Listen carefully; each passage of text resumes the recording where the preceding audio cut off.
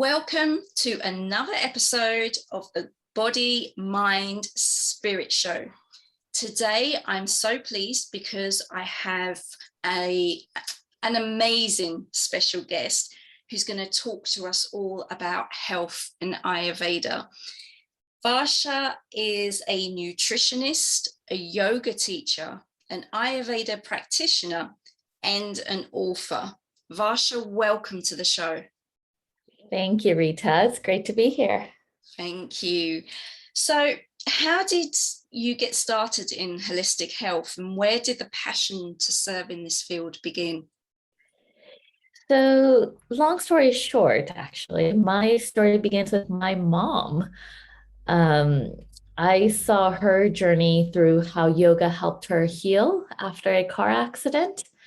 And the Western medical practice, the Western field, medicine just wasn't good enough. We were in a car accident. She suffered a severe nerve pinch in her neck. Right. And she was in so much pain for months. It took doctors months to diagnose. They gave her painkillers after painkillers, which of course had side effects. And then so she was on more medication. And I was just like, oh my God, my mom is just suffering so much. There's nothing we can do.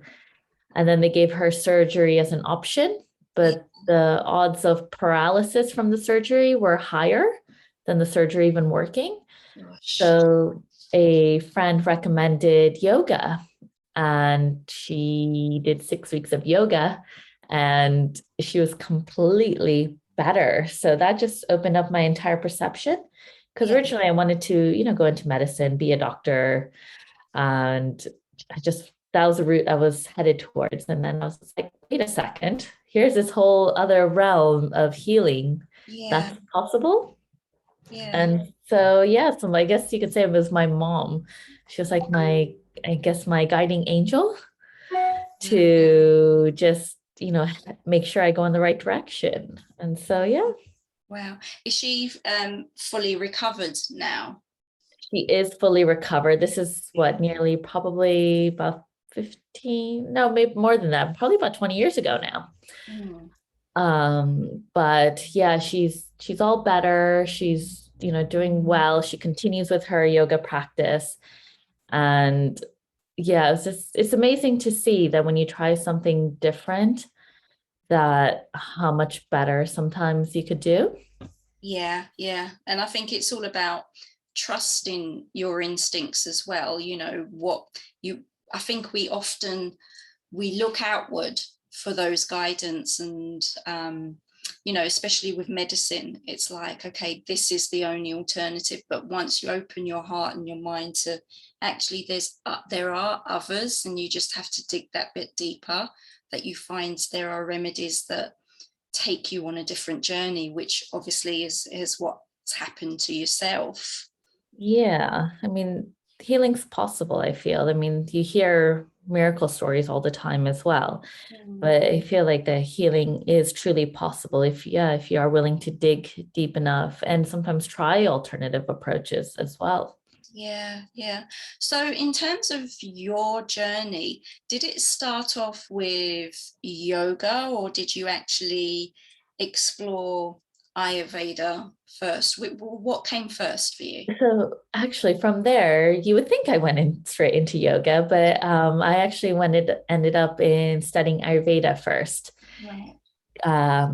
Yoga at the time, even though it was great for me to see that my mom healed from it, it did open up, this entire new realm for me. It didn't seem enough for me at the time. Yeah. And I tried yoga, but I was a teenager at the time. So didn't really capture my interest.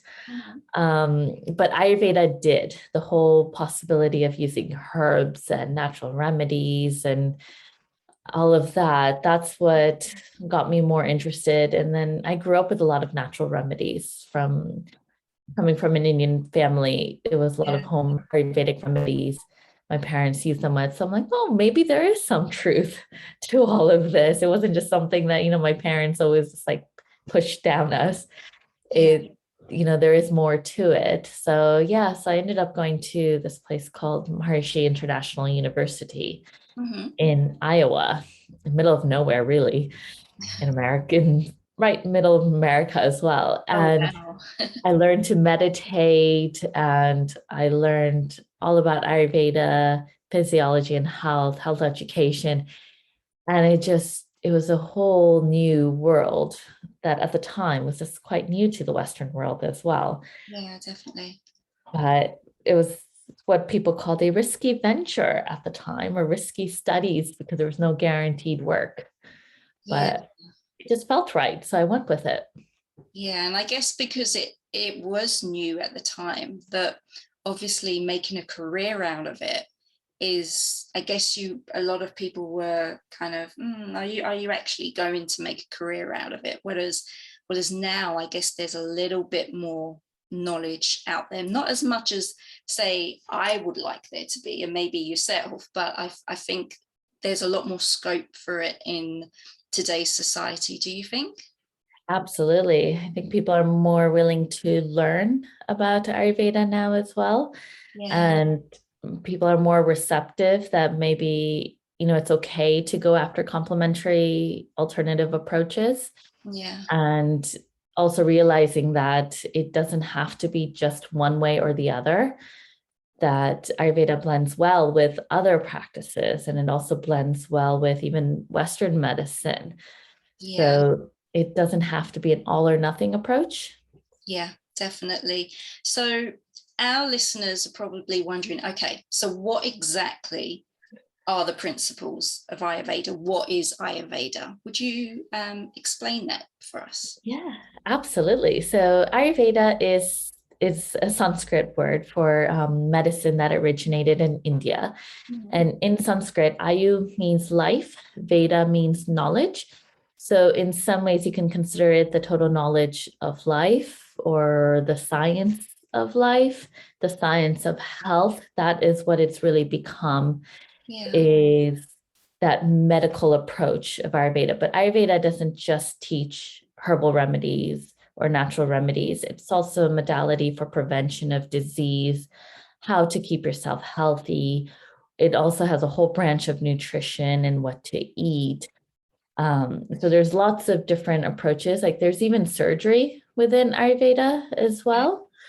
So it's not, surgery isn't something that just came out of Western medicine, but it dates back to the time of Ayurveda. But it does, the entire foundation of Ayurveda rests on the five elements of space or ether: fire, water, earth, and air. And Right. then Yes. Sorry? Yes, sorry. So that's in relation to the doshas, right? Or am I completely wrong there? Yeah, no, absolutely. So it's the five elements that come together to make up the three doshas. Okay. So doshas are also different, you can call them different bodily humors or different energies, really. They're the three types of energies that govern the entire body, but also your environment as well. So if you look at it from the elements, space and air come together to make up the Vata dosha. Fire and water come together to make up the Pitta dosha. And water and earth come together to make up the Kapha dosha. So that means that, but the space and air quality of Vata, it's ever moving, ever changing. There's that lightness element with Vata. Yeah. Pitta being a fire and water, it's that heat, it's that intensity, it's a passion, it's your digestion. That's all Pitta. And then Kapha, water and earth put together, so that becomes very heavy, very sticky, very unctuous, but it's also that stable quality as well. Right. Okay. And this has a relation to do with your, not just your physical health, but also your mindset as well, doesn't it? In terms of your personality, who you are, how you go about day-to-day living, and your habits. Is that correct? That is correct. So if you take Vata, for example, Yeah. Vata people tend to be quite airy or in their heads. They tend to also maybe suffer more from anxiety. They get lots of thoughts in their minds as well. They're also the ones that take on a lot of tasks because they feel like they can do everything, but not necessarily finish everything either. Yeah. They're also the ones that are often running late because, again, they're trying to do too much. So they're your friends who are saying, I'll be right there. I'm just running 10 minutes late. And that tends to be Vata people. Whereas Pitta people are with that heated quality, they're very passionate, very fiery. They're the people that, you don't want to talk about politics with. They're the ones that, they're very opinionated. They also cannot go hungry. So I'm sure everyone knows someone who, Yeah, when they're hungry, they definitely. need to eat. Yeah. Or they get hangry. Yes, very much so.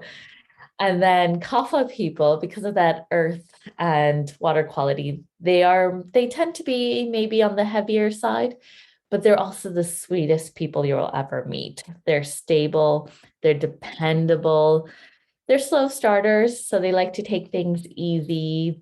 They're less likely to overcommit or take too much on their plates. But again, they're your best friend. You can depend on them wholeheartedly, and they will be there for you. Okay. Because I know that obviously someone can be a mixture of either two or even all three, can't they? Absolutely. So it's easy for me to say, oh yeah, it's Vata, Pitta, or Kapha, but you could be any of those combinations. So you could be Vata Kapha, you could be Pitta Kapha, you could be Vata Pitta Kapha. So in total, there's 7 main combinations with single or double dosha or tridoshic. And all of them are completely acceptable and all of them can be healthy in their own ways. So, like with being pitta, if you know that you have a very strong appetite and you can't go hungry, and if you go get hungry, you just get more angry with people, then it's just about being one step ahead and being prepared and maybe, having your lunch before you go into that lunch meeting to make sure that, your emotions are a bit more leveled. Yeah. But yeah, none of them are considered unhealthy. It's just knowing what your type is. How do you find balance within those doshas as well? Yeah. Because for myself, I know I'm more of a strong kapha, but at the same time, I recognize that there's vata around in certain areas of my life where I would be a bit more, not necessarily late for stuff, because I think that I'm very like, no, I can never be late, but in terms of going from one thing to the other, because I like the variety of life. I'm very creative, so I can recognize that. But how would you say if someone is recognizes that they're two doshas, they've got two different sides to them, or three doshas, tri-dosha, how would they balance that in terms of, say, food? Like if I'm the kapha and I had a family and I had all these different doshas, or even myself, if I was tri-dosha, how do you balance? Because I know there's something to do with the tastes of food and certain foods that each dosha can and can't have, isn't there? Yeah. So I'll give you an example of how I do it with my family as well. So there's 6 tastes in Ayurveda: sweet, sour, salty, pungent, bitter, and astringent. Now, the different tastes balance different doshas. So, for example, the sweet, sour, salty tastes help balance Vata dosha. The sweet, bitter, and astringent taste helps to balance Pitta. And then pungent, bitter, sorry, did I just say, yeah, Pitta. So sorry, Vata. Sorry, let me start again. So sweet, bitter, and astringent balance Pitta dosha. Yeah. And then pungent, bitter, and astringent balance Kapha dosha. So Now, a lot of the foods overlap with one another as well. So a lot of the spices are, say, pungent, bitter, and astringent. So if you look at turmeric, for example, Yeah. it's pungent, bitter, and astringent. It's not just one taste. Your grains as well. So, like rice is not just sweet taste, but it also falls into the bitters as well. It can classify under bitter and astringent as well. So different foods overlap in different categories Yeah. as well. So rather, what I like to say, if you're just getting started with Ayurveda, rather than focusing on balancing with the taste, I would balance more within the flavors or overall types of food you eat. So, Vata people, if you're trying to balance more Vata, which as we approach winter season, you want to focus more on balancing Vata, is having more warm and nourishing foods. So, your soups and stews are more ideal for you to favor and to have. They're Yeah. also lighter and easier to digest, which is great, especially if you're Vata and Kapha. Right. Because Okay. Kapha people tend to have a slower digestive system. And so they're the ones that you don't want to snack. You want to stick to your 3 meals a day and give yourself plenty of time to digest that food that you're eating. Right. Pitta people need to, most important thing is avoid that spicy taste, that strong, sharp flavors and taste. So even the sourness, you want to avoid the sour and spicy taste because it'll just set you more on fire otherwise, because it Yeah. just makes that fire burn even stronger. So they are better off, yeah, avoiding the spicy and sour foods. But again, warm and nourishing is good. They can have slightly cooler foods. And then for the kapha type, I would say have the lighter, easier to digest foods. They're better off with having more flavor in their diet as well. So really trying to incorporate more of the different flavors and spices, because Yeah. that helps with digestion as well. So I would, rather than focusing on which tastes is each food, I would say focus on the qualities. And if you're working with the whole family, so I am also kapha. My predominant dosha is kapha with a hint of vata. My kids are very much vata. And my husband is a combination of vata pitta. Wow. So since all of us have a bit of vata in us, I like to go after the warm, nourishing meals. Yeah. And so cooked foods, easy to digest. And then my husband, of course, he needs to snack throughout the day. My kids kids always snack anyway. So Yeah. my kids are always snacking. And I tend to stay away from snacking because I just know that just slows down my digestion more. So when you're balancing for the family, it's more the snack side you want to focus on, to who needs to snack, who doesn't need to snack. In terms of the actual qualities and types of food, I would just focus more on the warm, nourishing, lighter, easy to digest foods. Yeah. And I think that what you've said there, it simplifies the whole thing, because it feels like there's more options for you in terms of what to eat than thinking, okay, because I remember I had this table and it had all the different foods with the 6 tastes, and what is this taste, what is that taste, what can I eat, what I can't eat. And I looked at it and I was like, I don't know what to cook. It was Yeah. just, and then I went out and got a recipe book based on Ayurveda, and it was a great book, but again it was like I felt very like controlled and not having the freedom to explore it and to cater it for what I enjoy as well, but also being aware of, okay, like you said, being a kapha, try and stay away from snacks and certain things. And it just made it so like all consuming that it's like, okay, I need to take a break from this, and and just do what I can. So what you've said is actually very kind of simplifies it.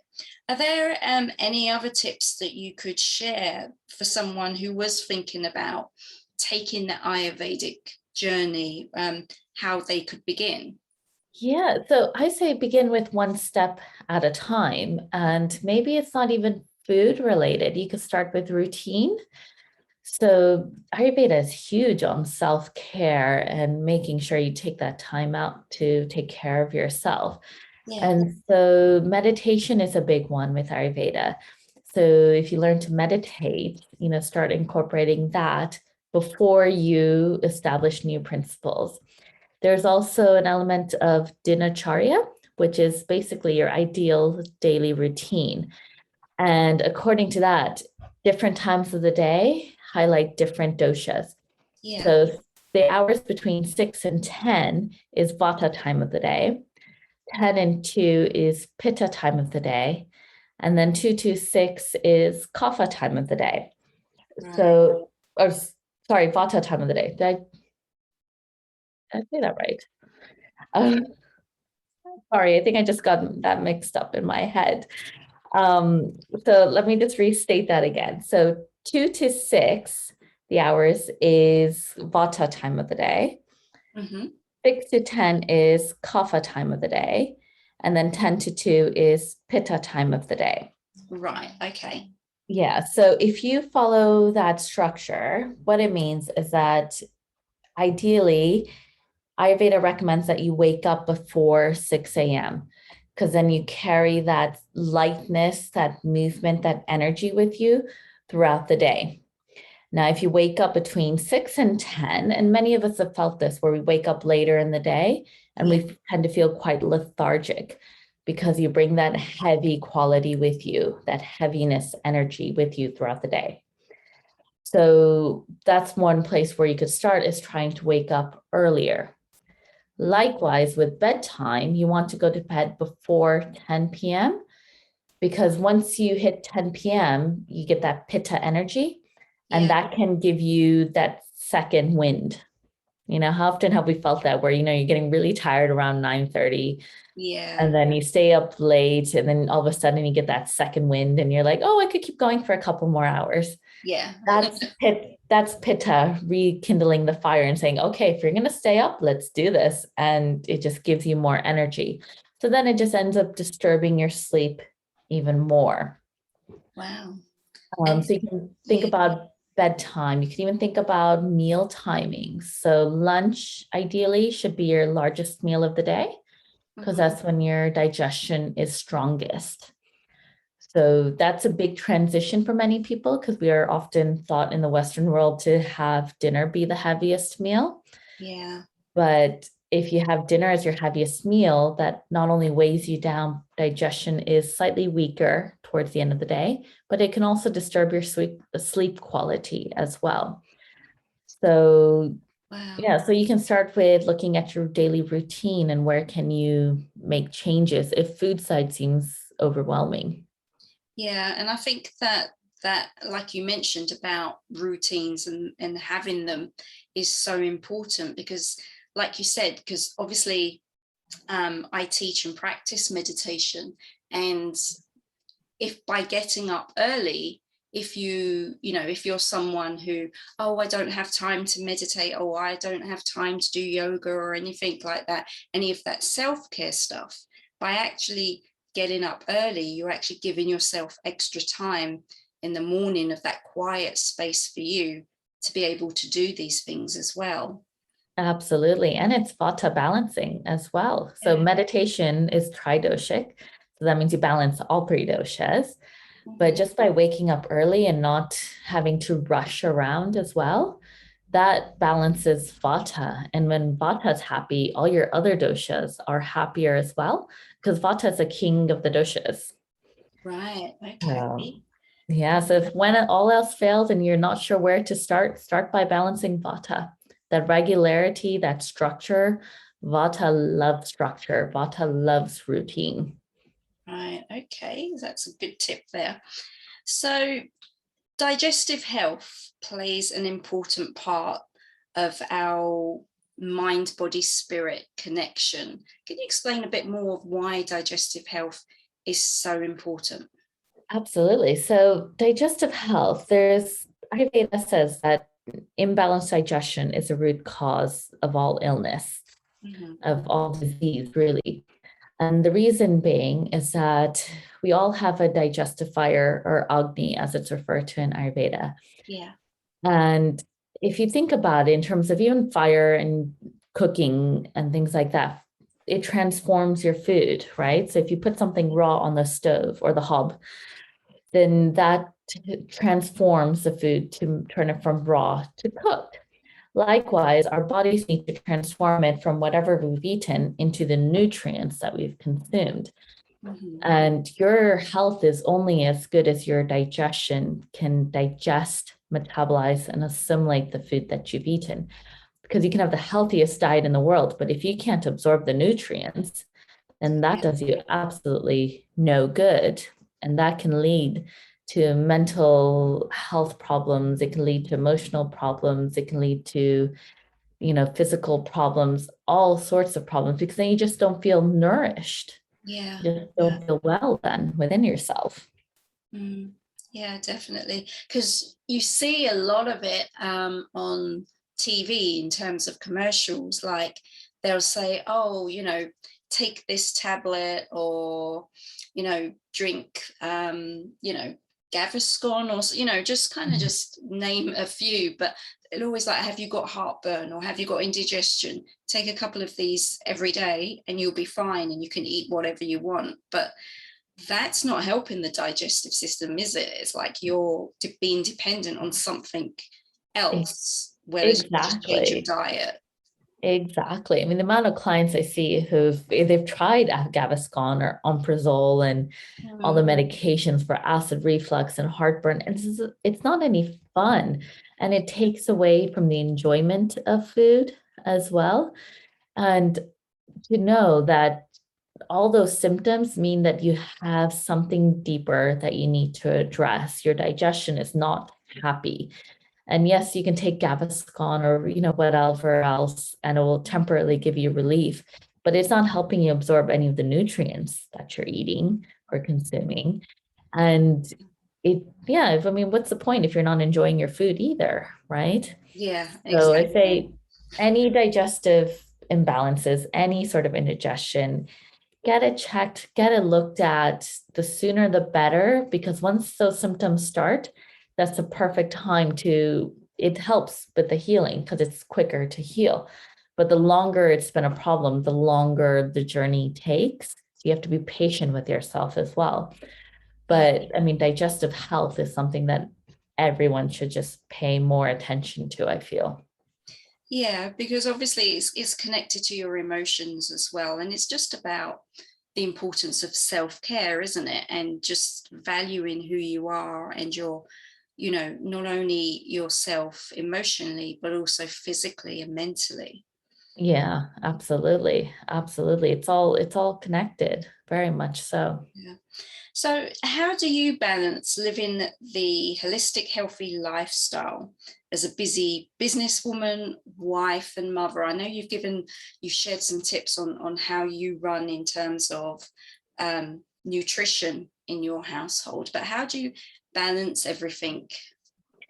So to be honest, I pick and choose according to what's going on. So one thing that I share quite openly about is that my kids are not healthy. Like, they don't sleep through the night. So my daughter's 2, my son is 5, and my son sleeps through the night now, but my daughter, she does not. She still wakes up sometimes. She still needs something. She still needs comfort, cuddles, whatever it may be. So that contributes to my own vata imbalance. And so I drink, you can get dosha balancing teas. Okay. So I drink a vata balancing herbal tea. What I try and do for my own self-care is that I try and take time out. So as much as I love to meditate and do yoga and go for walks, it's just not possible to do everything every day. So I pick and choose based upon what I need the most for that day. So I always take a few minutes, check in with myself, and I'm like, okay, you know what, today, I'm not going to practice yoga. I just need to sit and meditate. So I Yeah. will sit and meditate. And if I can do everything, great, I will do everything. But I pick and choose and I prioritize based upon what I really need for the day. Yeah. And I think the key point there that you've said is also not being hard on yourself if you can't do everything that you would love to do every day, because Oh, that again will affect you emotionally and also will have an effect on your digestive health. Am I right? that is correct. I mean, I find it quite overwhelming trying to do everything every day. Mm. And yeah, before I had kids, it was definitely much more doable. But after since having kids, it's does add a whole nother level of challenge. Yeah. And even with healthy eating with my kids, it's like, well, sometimes, you know what, I will let them have sugar because it means that it's just easier for me. And it's sometimes you do take shortcuts, and that's okay. Sometimes I meditate right before bed, Yeah. or I will do my yoga stretches right before bed because that's the only time of the day that I have. And that's okay. I know we're taught, oh, you're supposed to do yoga first thing in the morning, but there is no such thing as supposed to.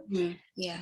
And even Ayurveda is adaptable in that way, where each person is different, each lifestyle is different. I mean, if someone who works a night shift, they're not going to wake up at 6 a.m., are they? They're already awake. They're going to go to bed during the day and they're going to sleep. So you have to adapt accordingly. Yeah. Yeah, definitely. And I think it is, like you said, it's just being aware of your lifestyle and being aware of how you can adapt it, and being, I think really the message that's come across from our conversation is being open and being gentle and allowing yourself to connect to your body and know what you need personally. Absolutely. That is spot on. Yeah, definitely. I mean, you've written a book, haven't you? Think Healthy, Choose Healthy, which is out now. Can you share with the listeners what this book is about and what they can expect when they buy it? Yeah. So this book is based upon my experience with working with my clients. And what I've done is that this book will help you make healthier dietary and lifestyle choices through nutrition and Ayurveda. And it follows a line or the path that we've been speaking about, that it's not an all or nothing approach. I will teach you and guide you through the book on how to adapt healthier habits step by step. And it goes down to prioritizing what your needs are. It's about learning more about yourself and creating greater awareness, because what works for one may not work for another. Yeah. So you have to learn about yourself first in order to make changes. And that's what I take you through in that book, is getting to know yourself, learning where your priorities are. And by the end of the book, you get an opportunity to create your own ideal wellness plan. Oh, wow, that sounds great. Yeah, and I think what I love about that is it sounds like it's a very empowering book, that it's not just do this, do that, this is the way that you can be healthy, but it's actually, as you said, you're creating a wellness plan for yourself based on the knowledge that you've gained from the book. Exactly, exactly. It's not a one size fits all model. It's not stringent, like you have to do this to, get to your ultimate goal. But it's about, this book will help you reach your goals that you have in terms of your health and well-being. But it's about allowing you to create your own journey with it and really embrace it. And I've never been if you have to do this to get to there type person. I feel like, how will I know what every single person needs? But I do have a framework that can help you get there. And that's exactly what I've done, is provided this framework in a simple manner. So there's nothing complex about it. And that's the feedback I get from my readers, is that how I've been able to completely simplify the approach of both nutrition and Ayurveda so it's applicable to every single person. That's great. And I think more and more people need to be aware of Ayurveda and exactly what it is.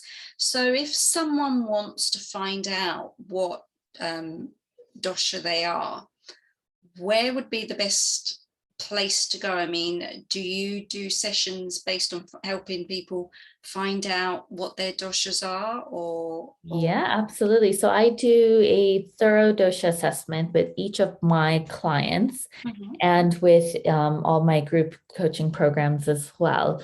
So we all do dosha assessments, and the ones, if you work with me directly, I will give you a very comprehensive dosha assessment. Otherwise, I do have coming soon a dosha assessment that you will be able to take on my website. But for now, if you want to take one, you're welcome to reach out to me. You can find me on my website. So that's illuminatedhealth.com, or you can find me on Instagram, Facebook at Illuminated Health.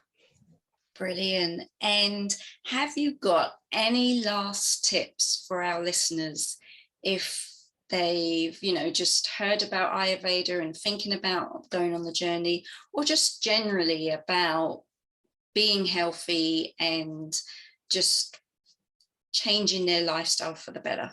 Yeah, so I love this quote that comes from one of the Ayurvedic texts, that overuse, underuse, and misuse of time, senses, and action is what leads to imbalance of the doshas.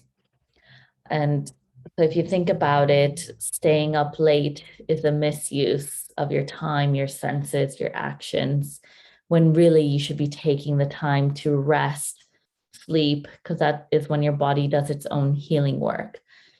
So Yeah. just knowing how you spend your time, what you do with your time, what kind of actions are you taking, everything influences your health. So it's all about the choices you make. So make the choices that make you feel your best. Love it. I think that's a perfect ending to a great interview. Varsha, you've shared so many great tips, and again, I mean, yeah, I know a little bit about Ayurveda, but you've kind of confirmed a lot of things about just being aware of yourself and being aware of what you need as an individual, and just listening to your body. And it's been great. So thank you for being my special guest and for sharing all this great information. Thank you very much, Rita. It was wonderful to be here. And yeah, thank you for having me today. Thank you. So, listeners, there's a lot of information there. So, look after yourself, be aware of what your body, mind, spirit needs. And all I can say is stay healthy, stay vibrant, and most of all, stay safe. Until next time, take care. Bye.